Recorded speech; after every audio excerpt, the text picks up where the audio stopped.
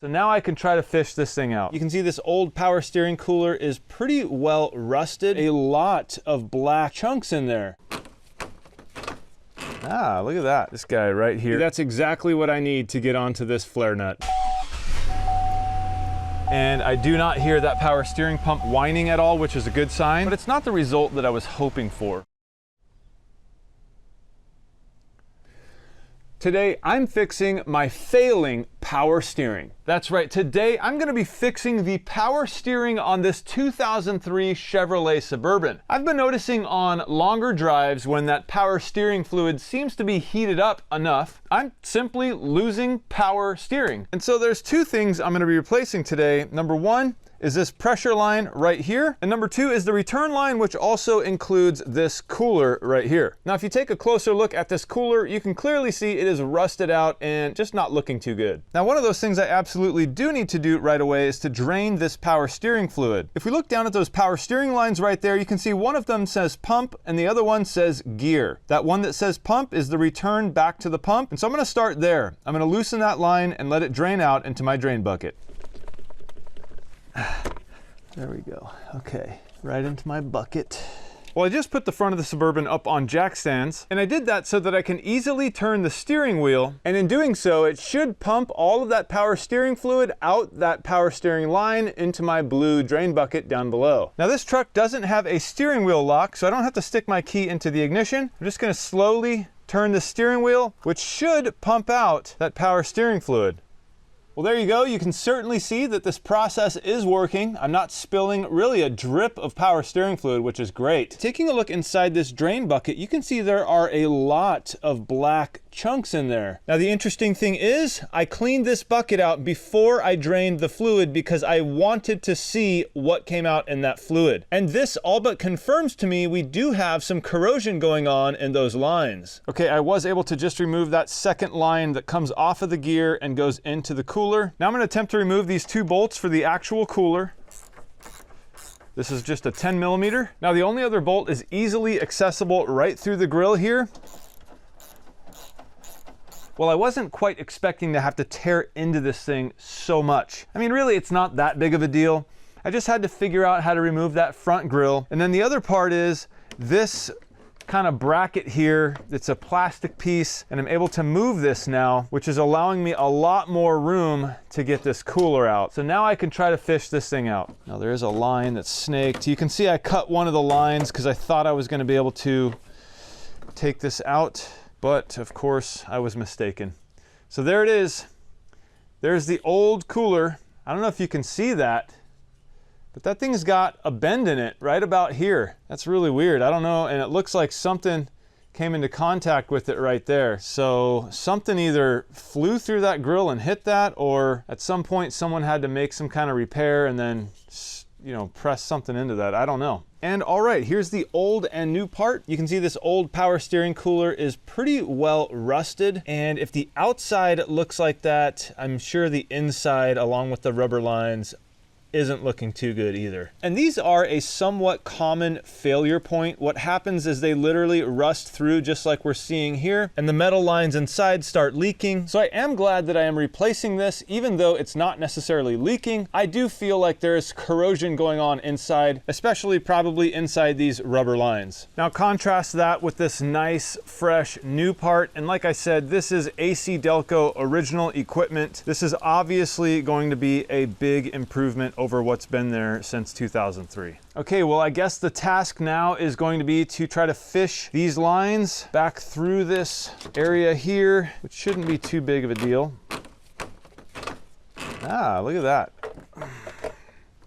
There we go. That looks really good. Well, I now have that new power steering cooler fully installed. Well, front side anyway. And I even lined this bracketry up and put all the bolts back in there. So this is nice and solid. And if we take a look down in the engine compartment, we can see here's one of our lines. And this line, if you can tell, has a 90-degree bend in it right here. And that I know goes to the port right here going down to the power steering gear. And then this other port you see back here is where this other line is going to go. And it looks like from the factory, we have these clips on the spring clamp here. Seems like they're allowing you to just push these lines on and then pull this clip off, which releases the spring clamp.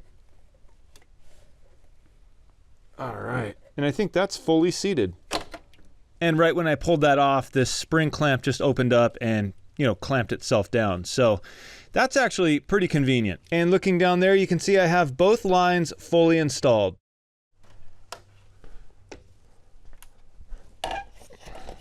Well, it's been about 2 days, and that's because I had to order a new power steering pressure line.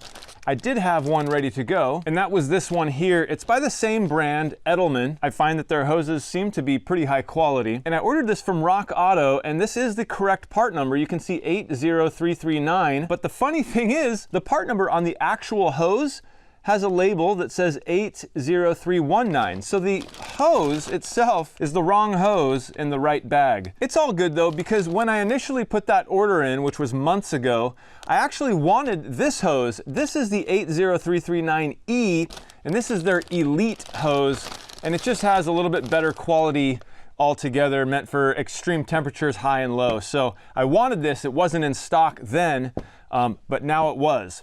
And these aren't that expensive. I will link these down in the description below, but this is the hose I'm going to put on. So they do give you a little bag here that includes the O-rings needed for the ends. That is a very nice looking pressure hose. And hopefully you can see that there on the actual hose. It says Edelmann Elite there. So the other interesting bit is I went to go remove that old factory power steering pressure hose and couldn't get that line off of the gear side. I was able to successfully remove it off of the back of the pump, which was difficult, but I went from underneath and I was able to get it out. But the gear side, not only is there no room, but that nut was so tight that the very little bit of room I had, I could not get my wrench to turn whatsoever. So I needed a specialty tool, a crow's foot. I had a set, but it didn't include the right size. So of course I went to Harbor Freight and picked up a new set, which was the Icon brand that did include the proper size, which was 18 millimeter. And hold on, there's a point here. The point is that I made a YouTube short out of it. I made another video about the tool and using that tool to remove that power steering pressure line. I needed an 18 millimeter crowfoot, and of course the metric version of this set doesn't have an 18, so my only other option was to get this full Icon set. This set does have a lot of different sizes, though all I need is that 18. If you take a look at this flare nut down here, yeah, that one right there. Yeah, that's the reason I needed that 18. Well, what do you say we open these up and see what they look like?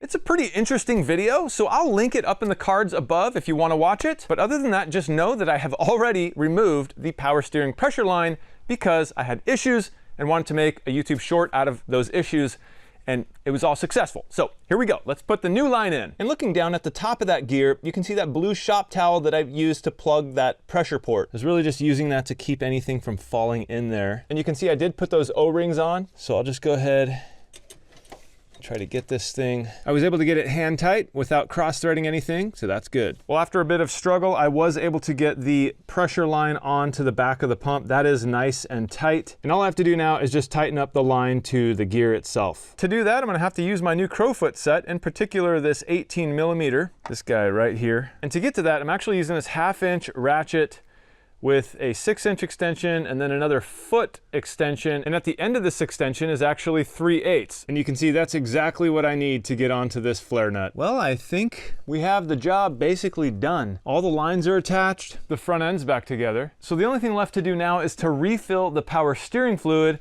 and then turn that wheel back and forth to try to bleed out some of the air. All right, I'm able to get a good pour on this without even using a funnel, which is pretty awesome. All right, well, the cool thing about doing this with my truck up on jack stands is that there's no pressure on the tires, so I can turn that steering wheel back and forth to try to get some of those air bubbles to come out. I did put the cap back on the reservoir just so no power steering fluid bubbles out. All right, I just added some more power steering fluid, and to be honest, I'm a little bit high. It's at the full hot mark, and I know it shouldn't be overfilled because if it gets hot and then anyway, I'm just assuming and hoping that once the vehicle is turned on and the pump starts turning, that hopefully some of that fluid will dissipate throughout the system. I probably already got all the air bubbles out and there's nowhere else for that fluid to go, but we'll see. I'll check it. after I run it for a little bit and see what the levels are at. First thing though is to look under that vehicle after all of that adding fluid and turning the wheels back and forth and bleeding air. I just want to make sure that there's no fluid actually pouring out on the ground, and there's not. Then again, looking down in the engine compartment, just making sure that cap is on and we are all good here. And even looking down at those lines coming off of the gear itself, there's no fluid leaking from there. All right, I'm gonna go ahead and give it a start.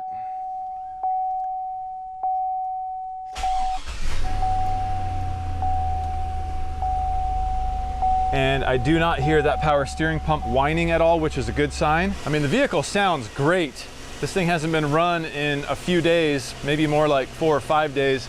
And it's been on jack stands and since I've been doing this work, and the engine sounds really good. Power steering pump sounds nice and quiet. I don't see any fluids leaking out of our newly installed lines, and no fluids leaking onto the ground either. All right, turning the steering wheel, of course, is extremely easy because the wheels are off the ground. I wanted to do this just to verify that no fluid is going to be leaking out and to verify sounds, and everything seems to be totally silent, which is awesome. And there within the grille, you can see that brand new power steering cooler. Everything looks good and there are no leaks. Okay, well, I just got done driving this truck all around and testing out that power steering. You can see the truck is running and I am turning this wheel and everything is working. So everything is working, but I do have to admit that when I first started driving this thing, pulling out of the garage, I did feel that same kind of stiff steering feeling. Now, maybe there was air in the line, I don't know. I just took it on a kind of like a highway speed. I took it around some neighborhood roads, so a little bit slower driving. I turned every which way. I did a lot of just cranking the wheel left to right. A couple of times I did feel that super stiff, almost no power steering feeling, which is not good. That was the whole point, the whole reason why I wanted to replace these lines, because I just figured there was some junk in the lines, which there was, but it's not the result that I was hoping for. Although just now, turning the wheel back and forth a few times after this thing has been properly warmed up and maybe there's some air bubbles that have worked their way out, I didn't feel that. It seems to turn just fine now. So I kind of think the jury is still out on this, whether this was the fix for this problem or not. I did just check the air pressure on these tires and they're at 35, so it's not like they're low on pressure. Now, one thing is these aren't stock wheels and tires. These are off of a newer Chevy truck, so these tires are actually a little bit wider and I think larger overall.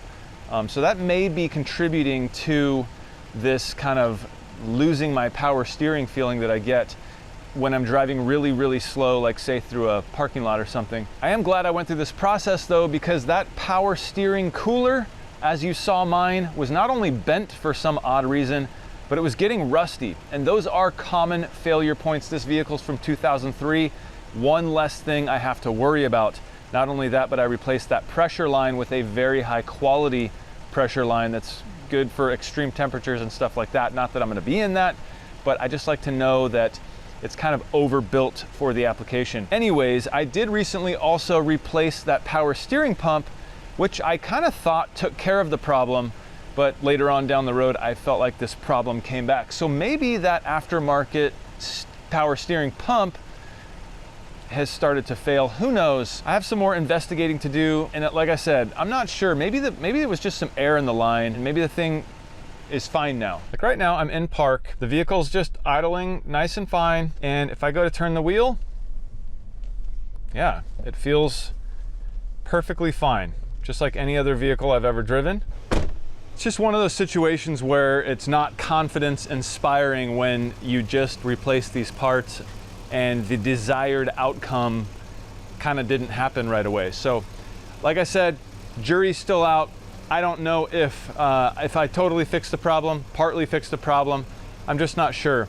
I think one thing I should probably check is all of my steering linkages, you know, the pitman arm, idler arm, stuff like that, for play and, you know, things like that. So I think that'll be my next step into the steering saga.